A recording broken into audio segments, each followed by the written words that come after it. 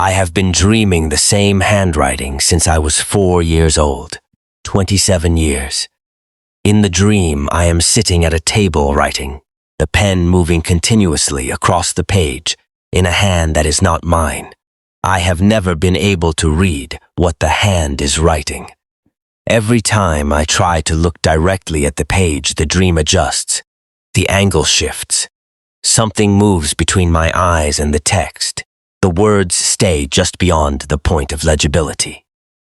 27 years of a dream that would not let me read it. On Thursday, I read it on the kitchen table of a house I had never seen before. In a valley 4 hours north, in a house arranged for me before I was born by someone whose name appears in no record I have been able to find. A single document on the table, my name at the top, my full name, including my middle name, which appears on no public record in existence. Not my birth certificate, not my passport, not any document produced after I came into the world. My full name in a document 33 years old. I am 31 years old. Below my name, 2 sentences in the handwriting from the dream. You were always going to come here. Everything has been prepared. I've spent 8 years as a forensic records analyst. I have spent my entire professional life reading what incomplete records implied rather than what they stated. I have never been unable to read a record. Until the dream. On Thursday, I understood why. The dream was not keeping the handwriting from me. It was keeping me from reading it too soon. This is Scar Howl. Subscribe and like before it starts. Let's go. I want to tell you about the Tuesday before I drove north, not the solicitor's call, not the house, not the document. The Tuesday, because the Tuesday matters. Because the Tuesday is the last ordinary day I had, and I need you to understand what ordinary looked like for me before I tell you what replaced it. I am 31 years old. I live alone in a flat in the city. A specific flat on a specific street that I chose for practical reasons. The proximity to work, the natural light in the morning. The fact that the building was quiet enough that I could think clearly in the evenings when I came home and needed to decompress before I could sleep. I am not a person who struggled with decompressing. I came home from work, I made dinner, I read for an hour. I slept well. I woke early. I went back to work, the rhythm of a life built deliberately around the things I needed to function well. I had a cat, a gray one. Precise and self-sufficient in the way that suited me. Not demanding of attention, but present. The specific low-maintenance companionship of an animal that had its own agenda and occasionally chose to share it with me. I had 2 close friends. Both people I had known since university. Both people who understood that I preferred planned contact to spontaneous contact and respected it without finding it difficult. I had my work. 8 years of forensic records analysis. The reconstruction of incomplete histories from partial evidence. Damaged documents. Fragmented records. Information recovered from sources that had partially failed. I was good at it because I had a specific instinct for the shape of a missing thing, for reading what the gaps implied as clearly as I read what the text stated. On the Tuesday, I was working on a case from a regional archive, documents from an estate settlement in the 1940s. Missing correspondence between 2 family members. My job was to reconstruct the correspondence from the responses, to read the gaps between what had been said and what had been replied to and fill in the shape of the missing letters from the shape of the answers. I was good at this. I was very nearly finished. The phone rang at 11:15 a.m. I noted the time because I was in the middle of something, and I noted the time whenever I was interrupted, so I could calculate how much the interruption had cost me. It was the solicitor. I had never spoken to her before. By the end of the call, I understood that I would not speak to her again. She had delivered what she had been instructed to deliver. The instruction did not include a second call. The solicitor's call had a specific quality I recognized immediately from 8 years of professional practice. A deliberately incomplete record, not missing information, shaped information. Someone had decided precisely what to include and precisely what to withhold, and had made those decisions carefully enough that the shaping was not immediately obvious to a person who was not trained to see it. I was trained to see it. A property had been held in trust for me, in a valley 4 hours north. The trust had been established 33 years ago. I let that sit for a moment before I responded. I asked for the name of the person who established the trust. She said the documents predated the firm's current record-keeping system, that the original paperwork had been filed before the firm's digitization process, that the physical records from that period were held in an archive that was currently inaccessible due to a building refurbishment. I wrote down the word currently. Not that the information did not exist, that it was currently inaccessible, as if it would become accessible at a specific point. A point not yet reached but anticipated, the language of someone who knew the timeline of something and was managing the release of information against it. I asked when the archive would be accessible. She said she could not confirm a timeline. I asked how the trust documents contained my full name, including my middle name, when that name appears on no public record. A pause. The pause of someone selecting their next words with precision. She said, the original trust documents contained my full name as the designated beneficiary. I said that was not what I asked. She said she understood that. Then she gave me the address and ended the call. I sat at my desk for a long time. The incomplete correspondence I had been reconstructing was still open on my screen. The 1940s estate settlement, the missing letters I had been filling in from the shape of the answers. I thought about the trust documents. Someone had arranged a property for a person who did not yet exist using a name that person would carry, but that no public record would contain. That required knowing the name before the person was born. It required knowing the middle name specifically, a name chosen by parents after birth in the ordinary course of things. A name that should not have been available to anyone making decisions 2 years before the birth, unless the name was not chosen by the parents, unless the name had been decided before the parents chose it, unless someone had known the name because they had arranged for it to be chosen.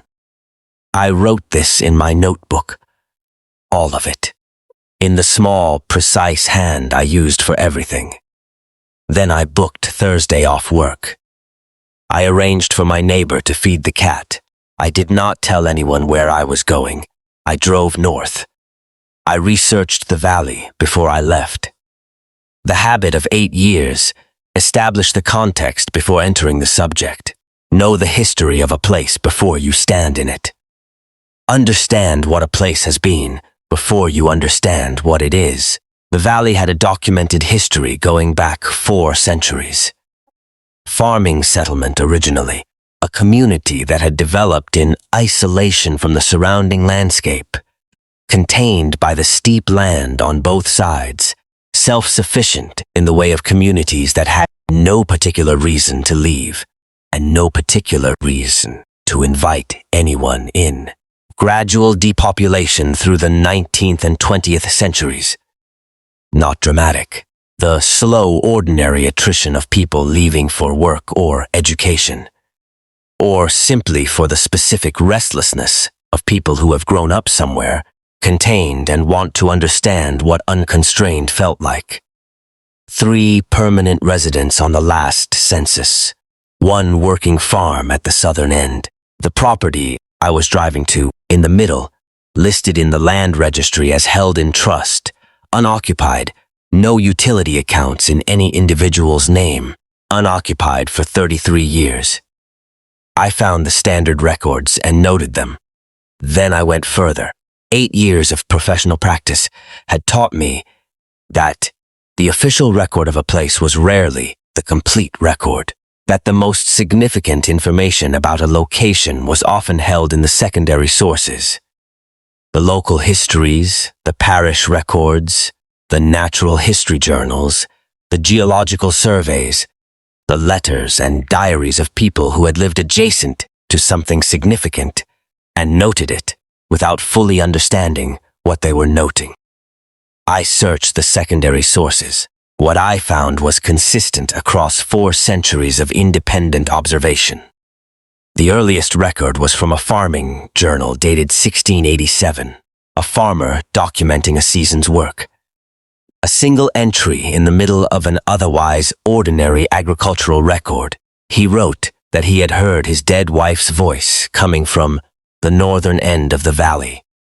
Not once, 3 times across a single autumn, her voice arriving from the direction of the steep land, at the northern end, with the specific clarity of someone speaking at a normal volume from a normal distance. He described the quality of the sound precisely. Not echoing, not distorted, not the confused acoustic effect of a valley playing tricks. Simply her voice, saying his name, as if she was standing nearby. He did not appear to find this distressing. He noted it with the same tone he used to note the yield of his crops, as if it was a feature of the valley, rather than an anomaly. The Victorian naturalist was more analytical. 2 seasons in the valley, a published account that had been largely ignored by his contemporaries, and subsequently filed in a regional archive under miscellaneous natural history, the specific filing category for things that did not fit the available classifications. He documented the acoustic properties systematically. The way sound propagated at the northern end of the valley differently from anywhere else he had studied. The specific point where the effect was strongest, a depression in the land at the base of the steep northern rise where the geometry of the surrounding landscape created conditions he could describe but not explain. He recorded voices arriving from that point, not his own voice reflecting back, not the voices of people in the valley, voices from no identifiable source, arriving at the specific point, with the clarity of someone speaking from close proximity. He spent considerable effort attempting to identify the acoustic mechanism. He could not find one. He concluded his account with a single sentence that had been underlined by someone, not him, a different hand, a later reader, in pencil. The valley is not producing these sounds. It is receiving them. The geological survey from the 1960s was the most clinical document, government commissioned. 2 geologists, standard methodology. Their findings on the acoustic anomaly were precise, and their conclusion was brief. The sound propagation characteristics at the northern end of the valley cannot be accounted for by the geological formation. No further explanation is available within the scope of this survey. 4 centuries of independent observation reaching the same point. The valley was not producing the sounds. It was receiving them. From somewhere, the available science of each century could not identify. I noted this in my research file. Then I drove north. The valley appeared after the last turn, a single track running down into it, the land on both sides rising steeply. The specific geography of a place that had developed in isolation, contained, self-sufficient, the air measurably different from the air on the road above. The gate at the end of the gravel approach was unlocked. Iron. Old. The bolt had not been used in so long, it had fused slightly in its housing. Not recently opened and left unlocked. Simply never locked. As if whatever the gate was meant to keep out had never needed to be kept out because it had always been on the inside. I stood at the gate for a long time. The air inside the property was different. Not dramatically. The specific subtle shift of a space maintained at a particular quality continuously. The way a room feels when someone has just left it. The residue of recent occupancy in a space that should have been empty for 3 decades. Someone had been here. Recently, I pushed the gate open. I went inside. The house was stone-built, 2 stories, built to last rather than to impress. A front door that fitted its frame exactly, the precision of something that had settled into position across decades. I stood on the threshold, forensic habit. Establish the baseline before contaminating the scene. The smell first, timber, cold stone, something organic underneath, not unpleasant specific. The smell of a house that someone had been in recently enough that their presence was still in the air. I crossed the threshold, hallway, stone flags, a coat hook on the left wall. The hook itself worn smooth at the curve from decades of something being placed on it and removed regularly. Nothing hanging on it now. I went to the kitchen, clean. Surfaces wiped, cupboards empty but recently cleaned. The shelves still slightly damp at the edges from a cloth used within the past few days. The window looking out to a garden, overgrown at the edges but maintained at the center. And on the kitchen table, the document. I stood in the kitchen doorway and looked at it for a long time before I crossed to the table. I put on the nitrile gloves from my bag. I picked it up. My name at the top, my full name. 2 sentences below it. You were always going to come here. Everything has been prepared. I read it 3 times. Then I looked at the handwriting, the specific formation of the letters, the pressure of the pen, the way certain letters connected, the particular rhythm of a hand that wrote with deliberate precision. I had been seeing that handwriting for 27 years, in a dream I could never read. I sat down on the kitchen floor. I stayed there for 40 minutes. Then I stood up. I took out my notebook.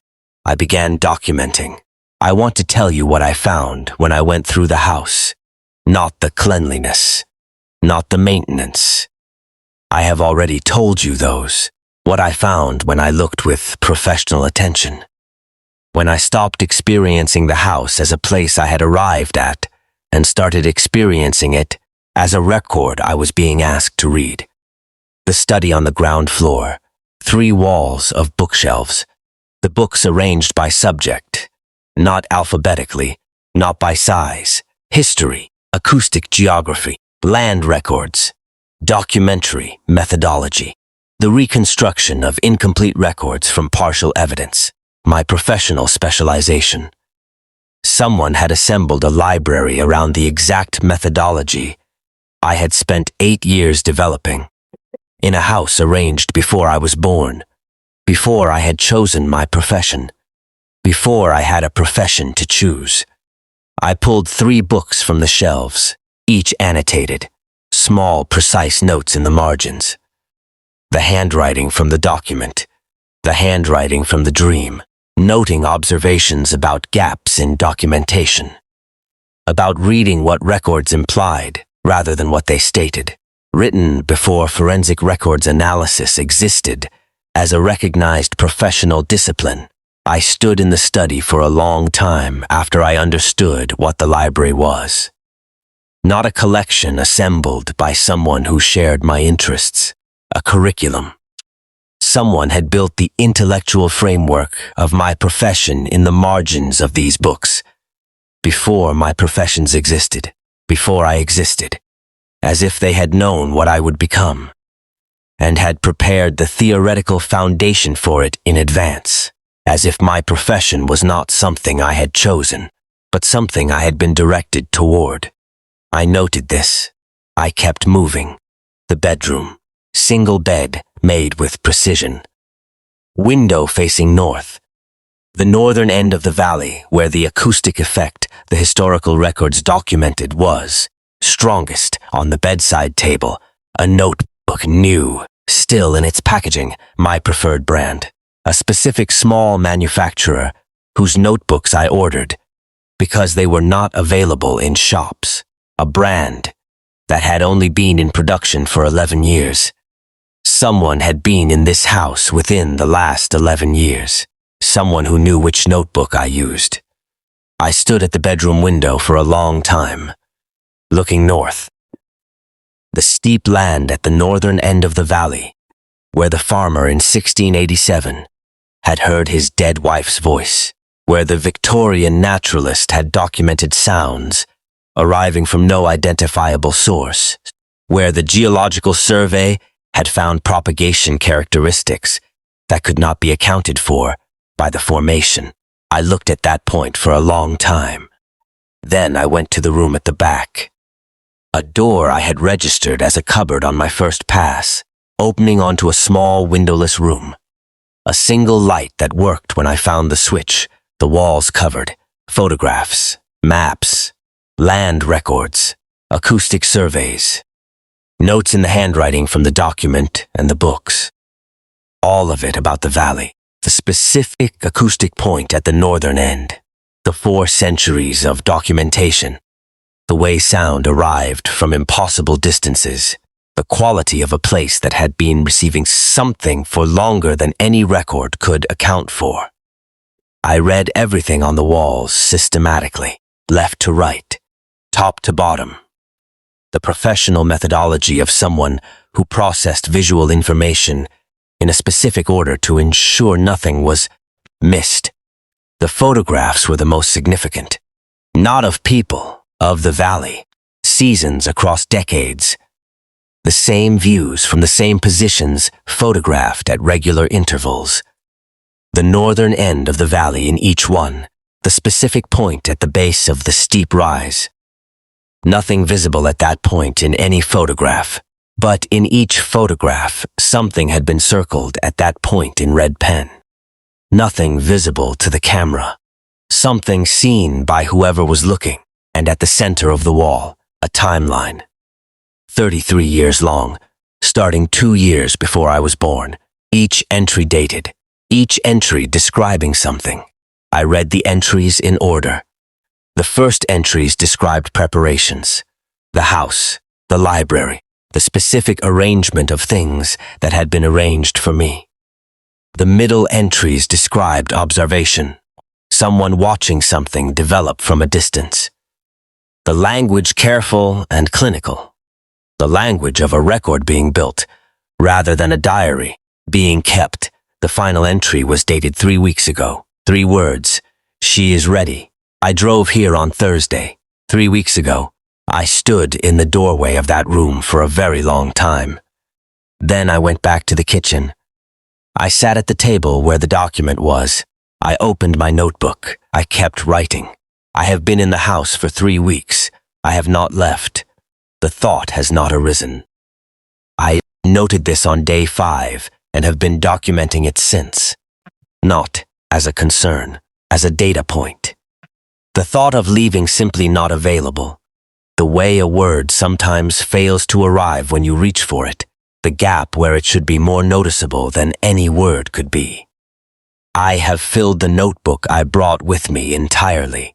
I am writing in the notebook from the bedside table. Now, I want to tell you about the 3 weeks specifically, not as a summary, as a record. The way I build all records, day by day, observation by observation.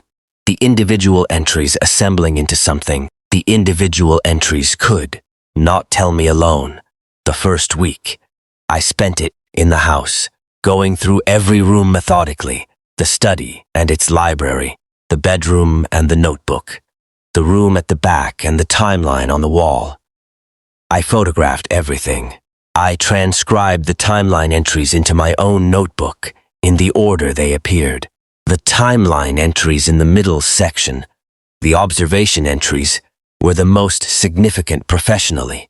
Someone had been building a record of something developing from a distance for 33 years. The language was clinical and consistent across the full period. Not the language of one person, but the consistent methodology of a recording, practice that had been maintained without variation. Multiple people over 33 years using the same methodology, or one thing that did not change the way people changed. I noted both possibilities. I did not resolve the question. The record did not contain enough information yet. Resolution required more evidence. I kept building the record. By the end of the first week, I had filled 40 pages. I had also begun going to the northern end of the valley. Not deliberately. The first time I found myself at the gate of the property at dusk with my coat on and my notebook in my hand, and no conscious memory of deciding to go outside. I had been sitting at the kitchen table. Then I was at the gate. The motion had happened between those two states without my full awareness of it. I documented it. I walked to the northern end. The silence there was different. Not the silence of an empty place. The silence of a place that had been listening for a very long time and was now receiving something it had been oriented toward for longer than the records I had found could account for. I stood at the specific point marked on the maps in the back room for 40 minutes. Then I walked back to the house. I sat at the kitchen table. I wrote. The second week, I began cross-referencing the timeline entries against the valley's documented history. The entries from the first decade of the timeline and aligned precisely with the periods of most active observation in the historical records. The Victorian naturalists' 2 seasons fell exactly within a cluster of timeline entries describing increased acoustic activity at the northern point. Someone building the timeline had been reading the same records I was reading, or someone building the timeline had been present for the events the records documented. I noted this without resolving it. I also noted something in my own notebook on day 9. My handwriting had changed. Not dramatically. The specific, measurable compression I would have noted in any document I was analyzing professionally. The letters slightly smaller, the pressure slightly heavier, the spacing between words, tightening in the specific pattern of a hand that was writing more and giving each word slightly less room. I compared it against the handwriting in my notebook from the previous week. The change had begun on day 7, the morning after the first evening at the northern end of the valley. I documented it. I kept writing. The third week, I went to the northern end every evening, always at dusk, always for 40 minutes, always returning to the kitchen table and writing, until I could no longer maintain the precision I required of my own documentation. The handwriting continued converging. I tracked it daily. By day 15, the gap between my handwriting and the handwriting on the document was approximately 40% of what it had been on day 1. By day 18, it was approximately 20%. I thought about what it meant for the gap to close completely. I thought about the dream, 27 years of sitting at a table, writing in a hand that was not mine. The dream had been showing me the destination, the handwriting I was supposed to arrive at, the specific formation of letters that the document and the annotated books and the timeline entries all shared. I thought about the timeline entry dated 3 weeks ago. She is ready. Not she is almost ready. She is ready. Whatever had been building this record for 33 years had determined 3 weeks ago that the preparation was complete, that I was ready to arrive at the handwriting, that I was ready to read the dream, that I was ready for whatever came after the gap closed. I thought about the valley. The valley is not producing these sounds. It is receiving them. I thought about what the valley had been receiving for 4 centuries. I thought about what it was receiving now. Something has been changing. I noticed it on day 12. I was writing an entry, and I stopped and looked at the page. I looked at the document on the table. I looked back at the page. The gap between my handwriting and the handwriting on the document was smaller than it had been on day one, not dramatically, measurably. I went back through the notebook and found the point where the change began. Day 7, the morning after the first night I walked to the northern end of the valley. I have been walking to the northern end every evening since day 6. I do not decide to go. I find myself going. The motion beginning before the decision arrives. The body, already in the process of doing the thing before the mind, has consciously initiated it. I stand at the specific point marked on the maps in the back room. The silence there is different from the silence everywhere else in the valley. Not the silence of an empty place. The silence of a place that has been listening for a very long time and has finally heard what it was waiting for. I stand there for 40 minutes every evening. I look at the northern end of the valley, where the land rises steeply, where the acoustic effect is strongest, where something that should be too far away to hear arrives clearly. I have not heard anything yet. I have the specific certainty of someone who understands that yet is not the same as never. I walk back to the house. I sit at the kitchen table. I write. The handwriting has been converging day by day, entry by entry, my hand moving toward the hand on the document, and the books and the dream as if being drawn toward a point both hands were always approaching from different directions. On day 19, I stopped and looked at a full page of entries and I thought, this is almost there, 1 or 2 more days, the gap closing the way the western section of Gerald's Sweet Peas closed toward the eastern section. Exactly on schedule, exactly as someone had always known it would. I thought about the timeline on the wall of the back room. 33 years, starting before I was born, ending with the entry dated 3 weeks ago. She is ready. I thought about what came after an entry that said she is ready. A timeline does not end at readiness, unless readiness is the completion of the preparations and not the beginning of the thing the preparation was for. The preparation is complete. I am in the house. I am writing every day. The handwriting is almost there. On day 21, I sat at the kitchen table and opened the notebook to a fresh page. I picked up the pen. I began writing the next entry. I looked at what I had written. The handwriting was not mine. Completely. Not converging anymore. Not approaching. Arrived. The handwriting from the document. The handwriting from the dream. Fully present on the page in what had been my hand 40 minutes earlier at the northern end of the valley. I had not decided to write differently. I had not been trying to match it. My hand had simply arrived. I read what I had written. For the first time in 27 years, the dream let me read the page.